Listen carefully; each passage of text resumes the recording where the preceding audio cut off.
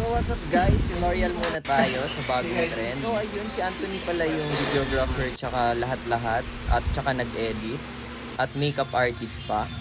At ayun guys, siya yung nagtuturo sa akin paano mag-transition at ano yung dapat kong gawin.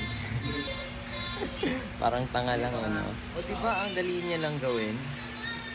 Guys, mini-makeup ka na. Sabi niya pa dito na susulatan niya daw ng 2 yung noo ko. So ayan, yan yung next kong ginawa.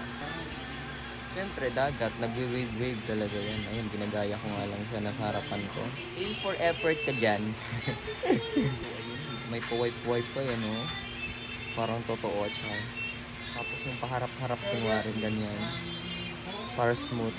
May pahila sa manong, oh. Boy. Ayun, may hila. Malapit na pala matapos, no? Hiniram ko lang pala yung barong na yan kay Anthony. Dark mode yan, dark mode. So, ayun nga. Sobrang dami naming take niyan kasi di ko ma-perfect. So, ayun, wala akong maisip na transition kaya wipe-wipe na lang. Sino ka dyan? Panis! Wala pala akong panloob dyan kasi syempre baka magkapareho na kami ng suot ni Anthony. Kaso lang, diba nakailang take din ako dito kasi sobrang perfectionist ng producer. Director pala. May pausok-usok pa yan eh. Vaporist yarn. May mga pa. Siyempre mag-post tayo, no? Kunwari maangas tayo eh.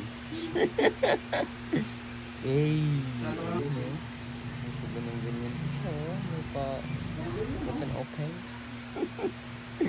Try nyo din guys. Watch nyo pala yung result guys, naka-post na.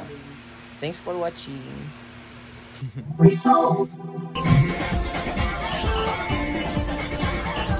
Minsa'y natuwa ang may likha.